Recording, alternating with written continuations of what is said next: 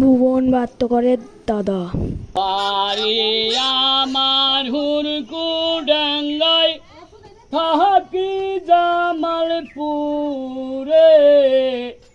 নামকে আমার কোয়লো আলাগো, বলে যে তোমারে হায় গো, বলে যে তোমারে।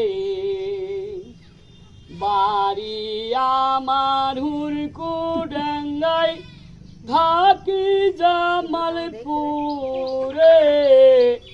নামটি আমার কোয়লো আলাগু, বলে যে তোমারে হায় গো, বলে যে তোমারে। ওই আমার বন্ধু সিনে পা